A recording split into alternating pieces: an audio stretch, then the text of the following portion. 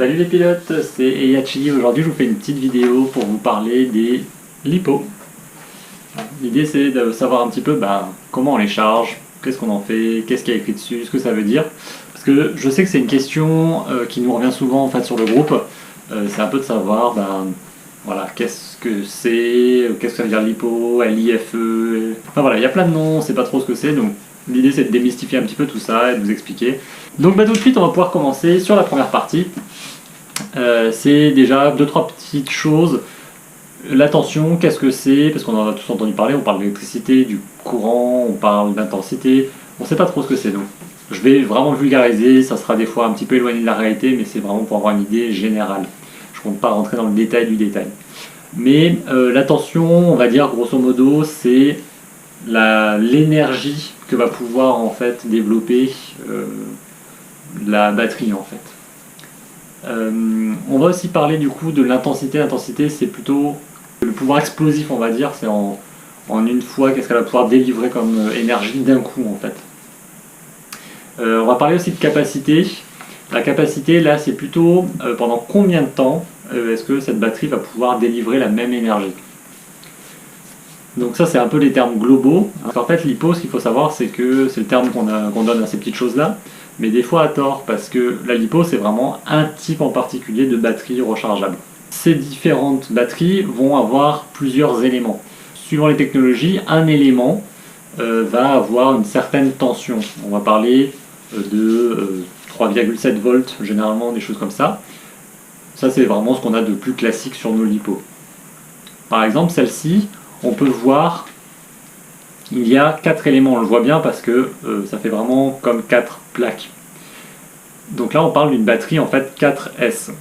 De plus en plus commencent à arriver des 5S, des 6S, et à chaque fois qu'on va rajouter comme ça des nombres d'éléments, on va augmenter en fait la tension, c'est-à-dire l'énergie on va dire disponible pour faire voler nos drones. Tout à l'heure j'ai aussi parlé du mot capacité. La capacité, là on va parler en milliampères-heure. C'est pendant combien de temps en fait on va pouvoir utiliser l'énergie disponible dans notre batterie. Donc si je reprends toujours ma petite batterie qui est ici, on peut voir que celle-ci c'est une 1500, je ne sais pas si on le verra bien, mais on voit que c'est une 1500 milliampères-heure. Ça veut dire qu'elle va pouvoir en fait sur une heure décharger 1500 milliampères, tout simplement. Alors dit comme ça va peut-être pas trop nous parler, mais là aussi c'est une des valeurs standards. Dans notre hobby on va retrouver des batteries allant de 1000, bon là je parle des drones qui vont être sur du 5 pouces, hein. Mais on va dire entre 1000 à 1006, 1007 sur des fois des choses un petit peu spécifiques. Après si on monte sur des dans 6, 7 pouces pour du long range, typiquement là on va pouvoir mettre des batteries plus grosses, donc qui vont avoir une autonomie plus longue. A l'inverse, si on passe sur des tiny whoop, on va avoir du 250 mAh, des choses comme ça, beaucoup plus faibles. Du coup on va avoir tendance à voler un petit peu moins longtemps. Après c'est pas tout à fait vrai parce que ça va dépendre naturellement de la consommation. Si on prend une batterie comme ça et que admettons, alors ça volera pas, mais admettons qu'on alimente qu'un seul moteur, on va pouvoir le faire tourner très longtemps. Alors que si on alimente les 4 moteurs et qu'on est en permanence en train de faire de l'accro, des figures, du freestyle, et bien elle va tenir naturellement beaucoup moins longtemps.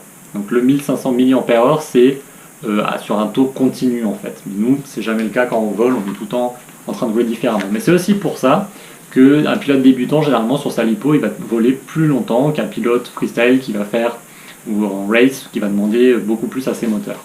On va avoir un élément qui va être très important, ça va être ici le rate. Je sais pas si on le voit bien. Ça va être il y aura toujours un chiffre en fait suivi de la lettre C. Ça veut tout simplement dire c'est le taux de décharge que cette batterie va pouvoir fournir. Alors qu'est-ce que ça veut dire un taux de décharge? C'est simplement combien d'énergie elle va pouvoir libérer d'un coup. Là typiquement 70C c'est quelque chose on va dire de correct quand on débute, qui est bien pour des petites configs, mais de plus en plus avec les moteurs qui sont plus puissants, qui demandent plus d'énergie et autres, on va avoir des lipos qui vont comme ça monter à plus que du 70. Là j'ai par exemple une autre lipo, celle-ci elle est sur le rate, elle est entre 80C et elle monte en pic jusqu'à, je sais pas si on le voit, mais on a 80C et elle monte en pic jusqu'à 110C. Alors ça c'est toujours par rapport à la capacité de cette batterie, c'est-à-dire par rapport aux 1500 mAh. Ça veut dire qu'elle va pouvoir en fait sortir sur une forte décharge 1500 mAh multiplié en fait par 80 jusqu'à en pointe 110.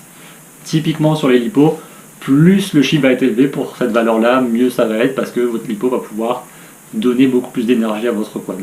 Alors, parfois aussi, c'est assez rare, mais on peut des fois le trouver sur certains lipos, on peut aussi avoir un chiffre suivi de la lettre C. Là, ça va être pas le taux de décharge, mais ça va être le taux de charge, c'est-à-dire vraiment au moment où on va charger notre lipo. Ce chiffre-là va être par contre beaucoup plus petit, on va parler de 1C, 2C, 3C, c'est-à-dire quelle est l'intensité réellement qu'on va pouvoir prendre la lipo pour être chargée. Maintenant, ce que je vais vous expliquer, c'est un petit peu plus les différentes technologies, donc je vais rester très sommaire, le but c'est pas d'aller... c'est de faire un petit historique comme ça que je vais afficher à côté, on va graduer ça pour voir un petit peu où on en est actuellement dans les technologies, parce qu'il existe quand même différents noms. Je pense que vous avez déjà peut-être à l'époque entendu parler de NICD, NIMH, LiPo, LiFe.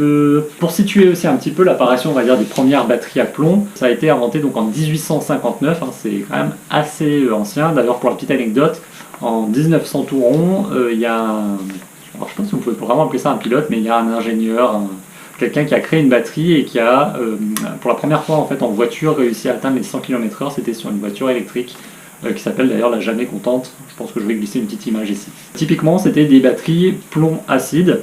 Je ne vais pas rentrer dans le détail d'une composition d'une batterie, mais ce sont les deux éléments qui permettaient de faire fonctionner ces batteries. C'est d'ailleurs tout ce qu'on utilise tous les jours dans nos véhicules personnels.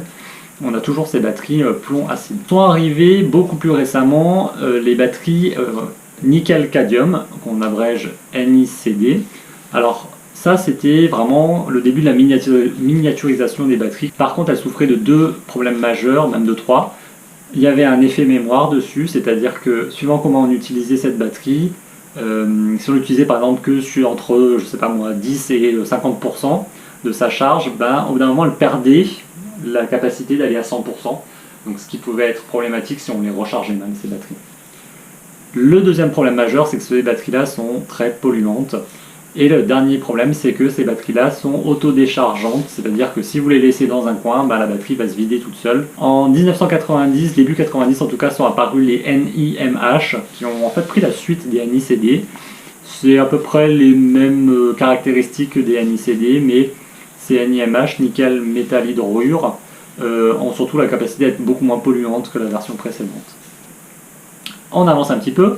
Aux alentours des années 95 sont apparues les batteries Li-ion pour lithium-ion, et ça nous rapproche pas mal de ce qu'on a aujourd'hui, puisqu'il n'y a pas d'effet de mémoire, il n'y avait pas d'autodécharge, et on se rapproche vraiment des batteries qu'on connaît nous dans nos drones actuellement. Autour des années 2000, j'ai pas la date exacte, mais ça devait être dans les années 2000-2005 peut-être, les lithium-ion polymères, donc c'est vraiment la suite des lithium-ion.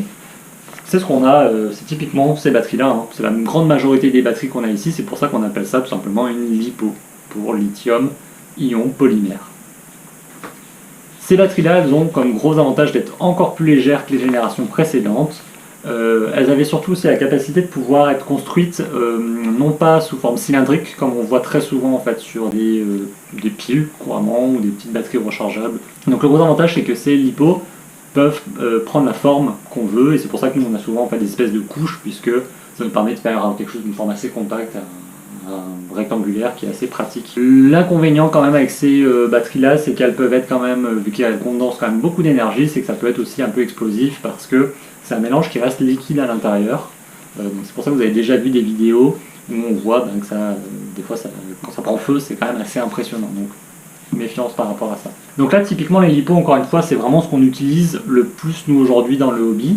Sont apparus depuis à peu près 2015-2016, il y a les LIHV, ce sont des LiPo en fait high voltage, donc c'est quasiment la même chose. Le petit avantage, c'est que ces nouvelles générations là vont pouvoir avoir une tension à chouïa plus élevée que ce qu'on a actuellement, en gardant du coup les mêmes caractéristiques. Donc ce qui fait qu'au final, finalement, ça les rend plus légères. Bah oui, parce que si on a plus de tension, à tension équivalente, du coup la batterie en fait elle a besoin d'un peu moins de place, donc du coup elle va être un petit peu plus légère, tout simplement. Je vais aussi parler d'une autre batterie qui est un petit peu différente, pour des utilisations actuellement différentes, c'est les batteries donc LiFe, où on a peut-être vous avez peut-être déjà entendu parler des LiFe PO4, P04, je sais pas. Ça, ce sont des lithium-fer phosphate. Alors, qu'est-ce que ça change? Ben, c'est simplement, là, la tension, elle va être pour le coup plus faible, mais le gros intérêt, c'est qu'elles sont moins chères à la production. Elles vont être beaucoup plus sûres parce que ce sont des éléments à l'intérieur solides, c'est pas du liquide. Donc moins de risque d'explosion, de feu ou de choses comme ça.